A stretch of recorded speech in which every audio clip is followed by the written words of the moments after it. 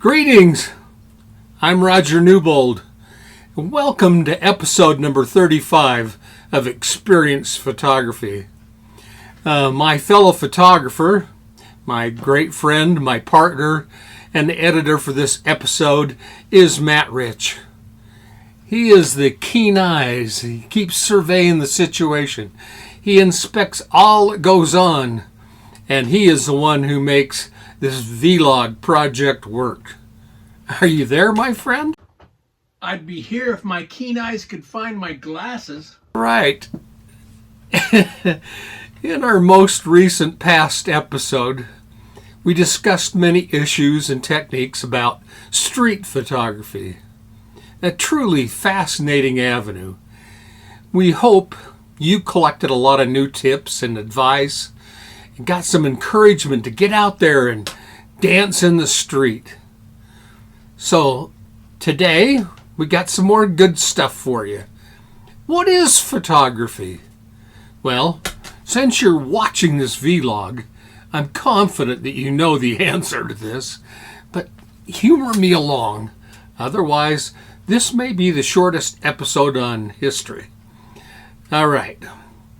To understand our definition, it is important to break down the word itself. The Greek meaning of photo translates to light. Well, graphy translates to drawing. Therefore, the word photography can quite literally be translated to light drawing or drawing with the light or maybe the lack of the light. Simply put, photography is the process of capturing light and shadows in order to create an image. This is executed through the use of the camera, either film or digital, can be still or motion.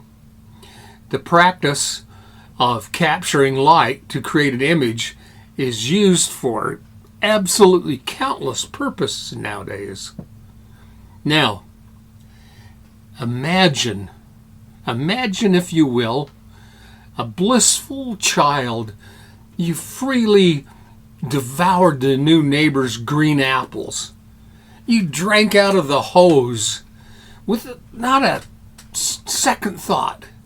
Maybe you were given the freedom as a child to wander the neighborhood on foot for hours, even into the dank, dark night.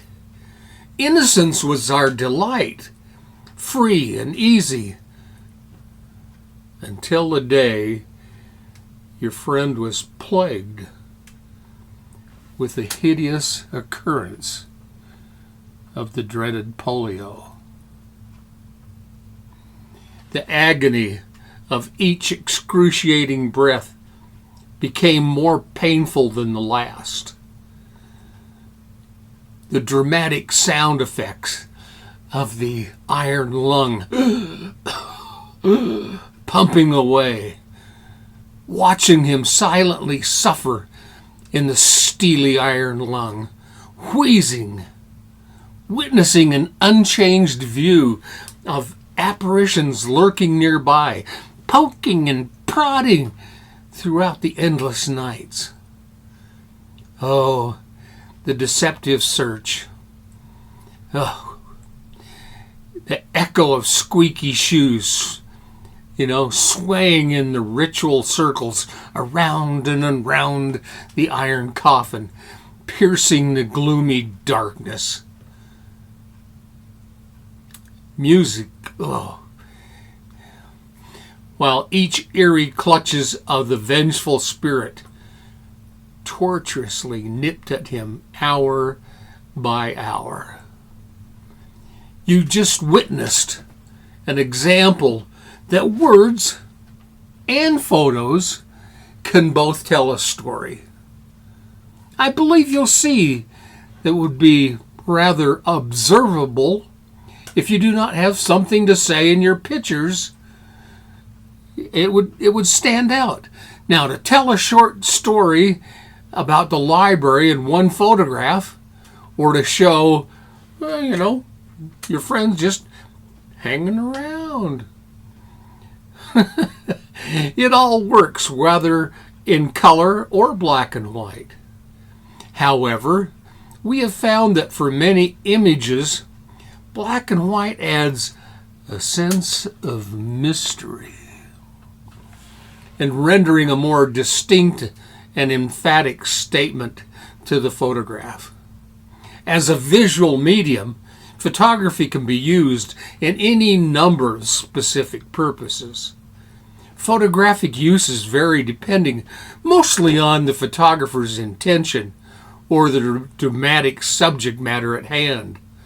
The hand. As well as how the photograph is to be used.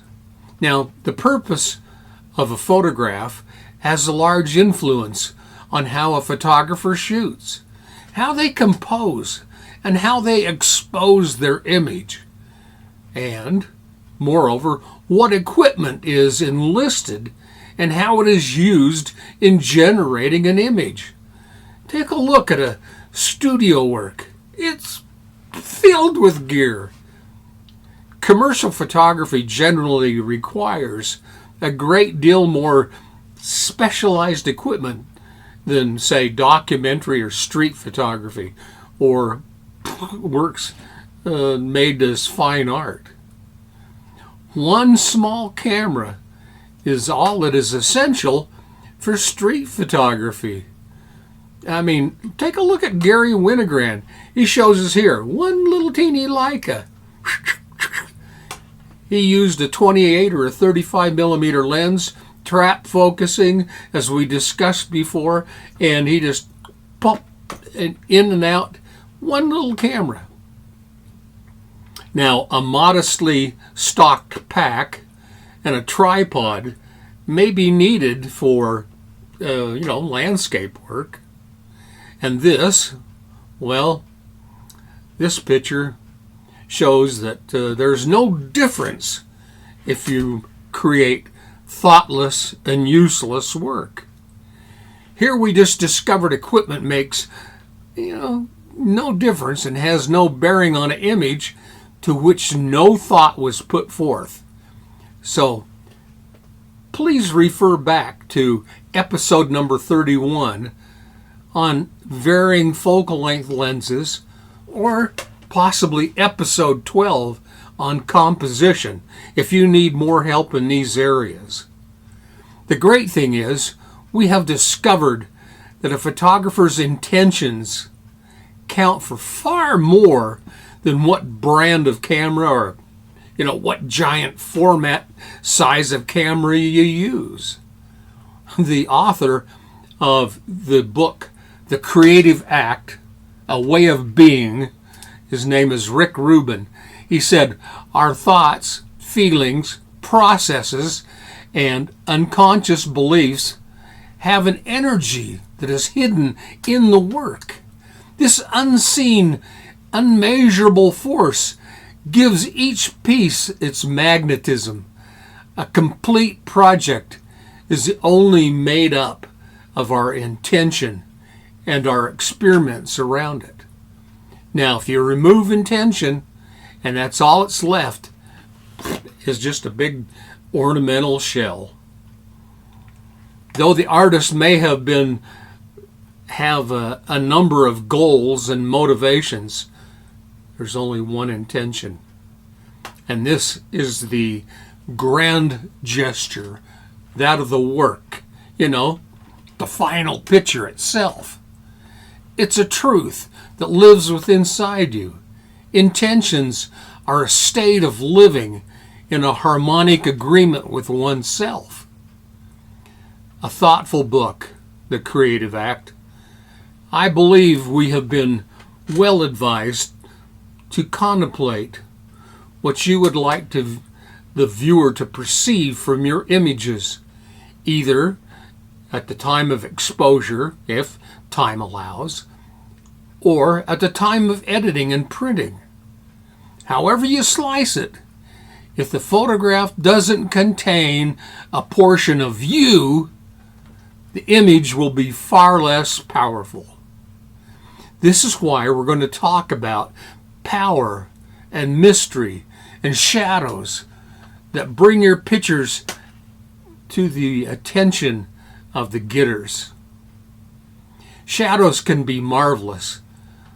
They can be easily become the subject of the picture.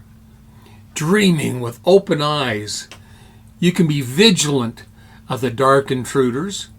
Here, the winged man cometh, sneaking around the corner to reveal his whereabouts, and we all got to be alert. Take a look at the ubiquitous basketball court. Now, we've seen playground courts daily. We have traversed probably 100 times across the court. But have you ever seen it with a foul line and the basket in the same shot? Our outlook is really vital to how we see and how we get great pictures. Look at the shadow-rich graphics of the Queen Cat and the musical skiers. Sometimes you need to see things from a different perspective. But if you have eyes and heart are open, you will see those things really worth seeing. Now, I want you to understand, photographic vision is really the art of seeing. What's seeing is seeing what is invisible to others, because looking and seeing are just totally different things. Long shadows direct attention. All shadows not be the subject, but rather an exclamation point. They lead the eye. They point the way. They add impact and drama. They provide a sense of scale, distance.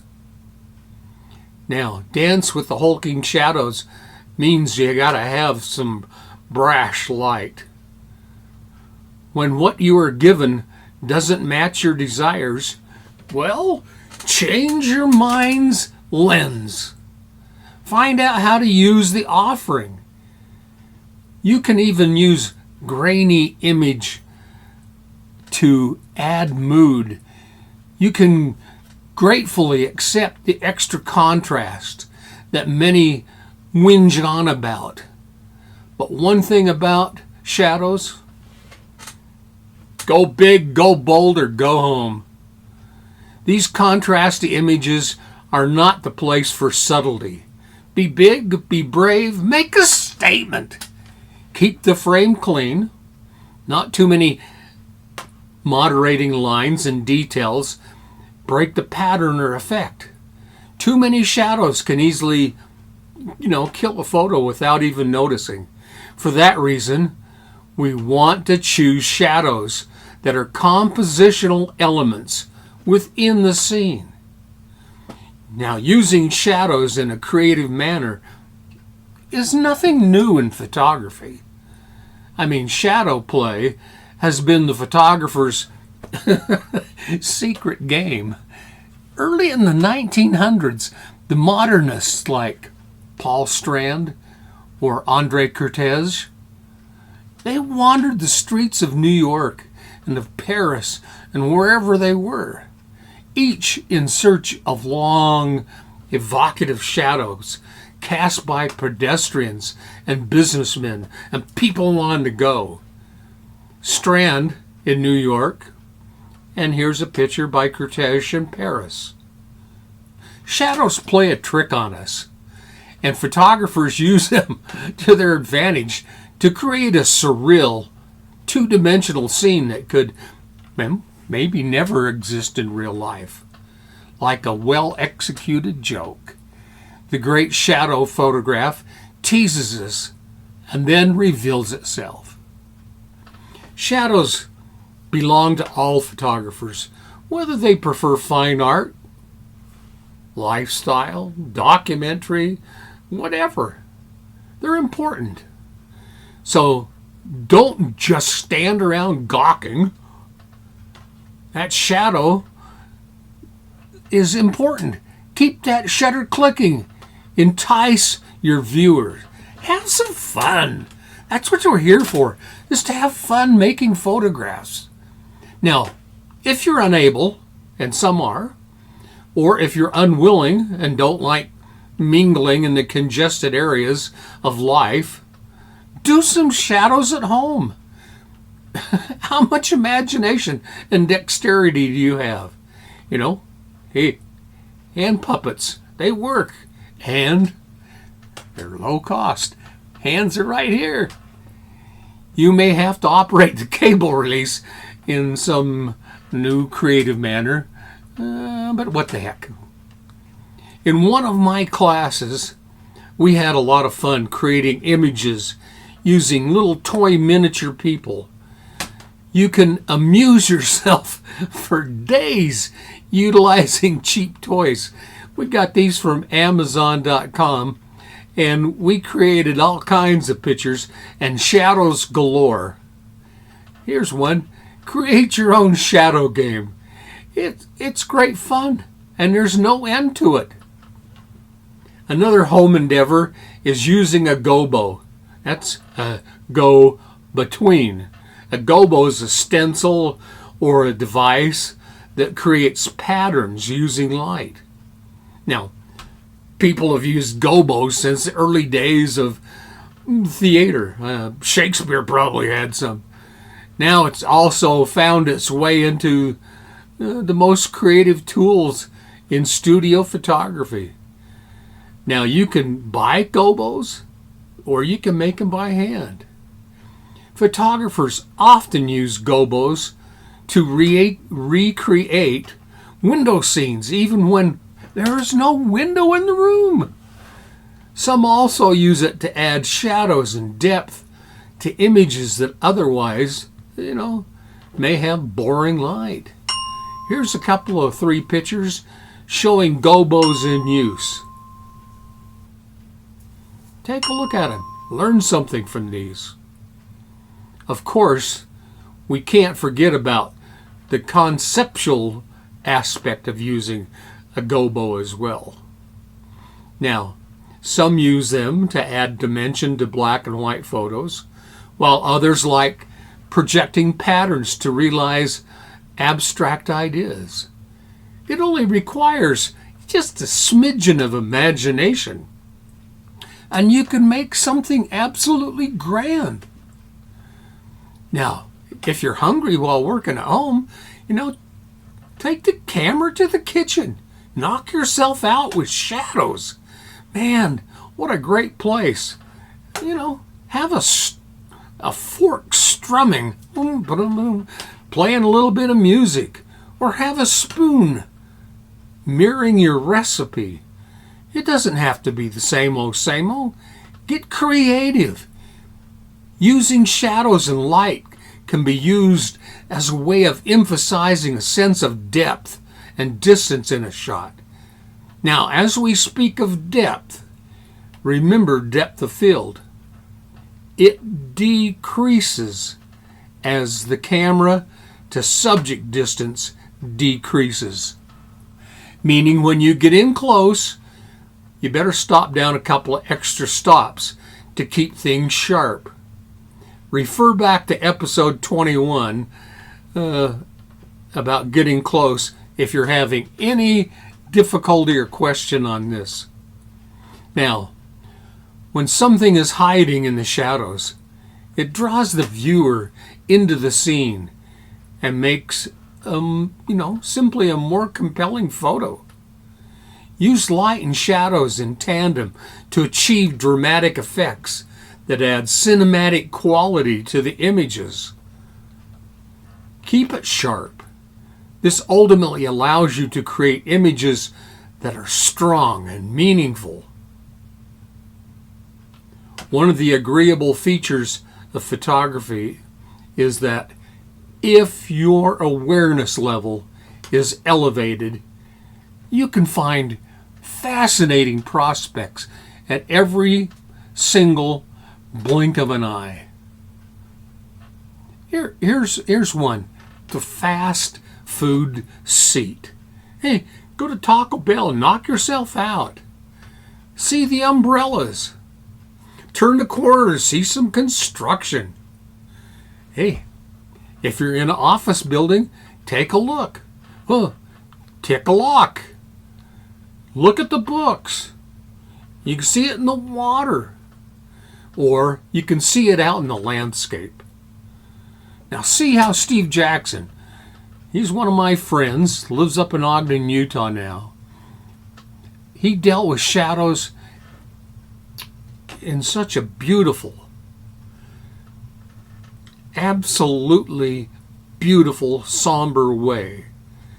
It is an effect that you can tell his heart is into this. Your identity is like your shadow. It's not always visible, but it's always present. And Steve proved that to us. Thanks, Steve, for letting us use your images. Discovering the silent secret is what's revealing the often overlooked common beauties. Keep your eyes probing the experiences beyond the rational mind to find valued ones of the heart. If you can find enough light to make an exposure, undoubtedly you're going to stumble onto its shadow. Build your own fantasy. You don't have to wait. Hey, splendid idea, Mr. Watson. Construct your own story and its own attendant wonderland.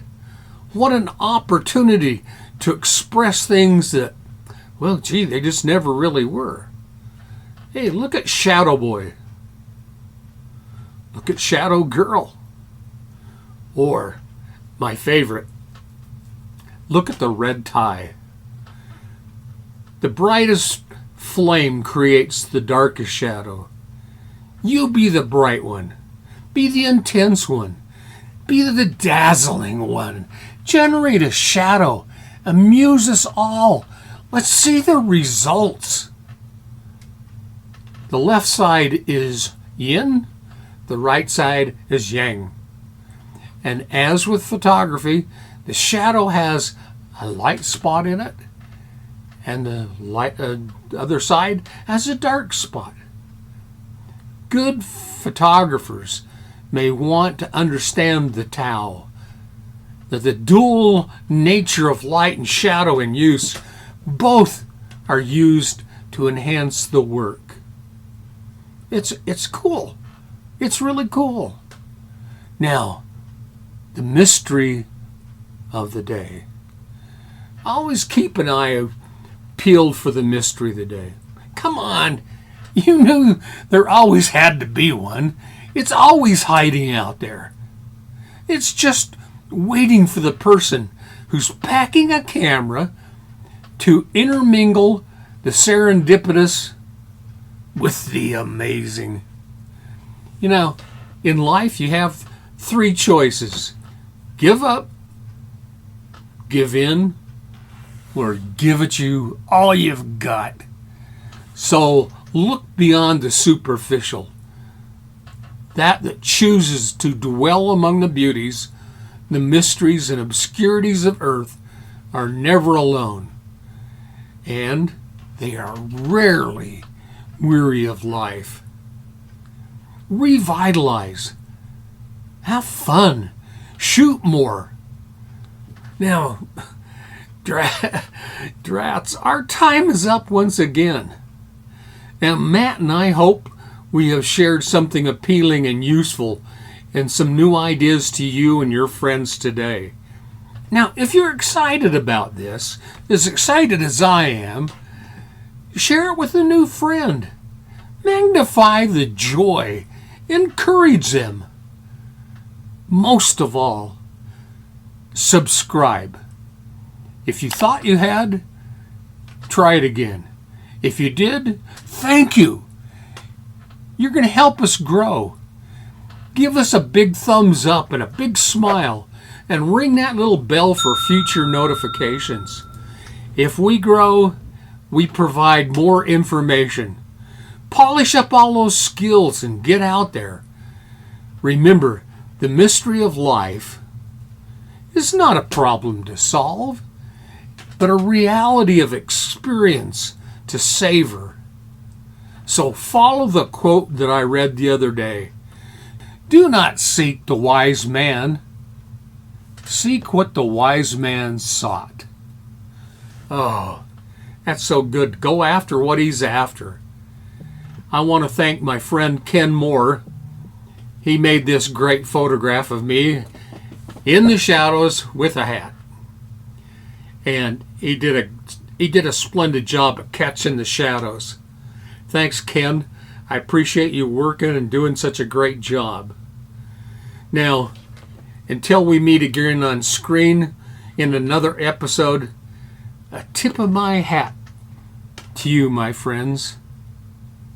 And before I say cheerio today, I hate to be personal, but I want to wish a speedy memory to my two cats. 18 and a half years with my furry little fellows. They've been some real companions, and they're real loves of mine. Buddy, my little stripy cat, was so full of love. He got cancer. And Machiavelli, my Siamese, who was just the absolute most terrific animal I've ever known, finally succumbed to kidney failure. And today, as I record this, I'm sad that they both departed, but they did so arm in arm. I'm telling you, folks, spread the love. You just never know what's about to happen at any time. Know that I care about you. I wish you the best, and cheerio.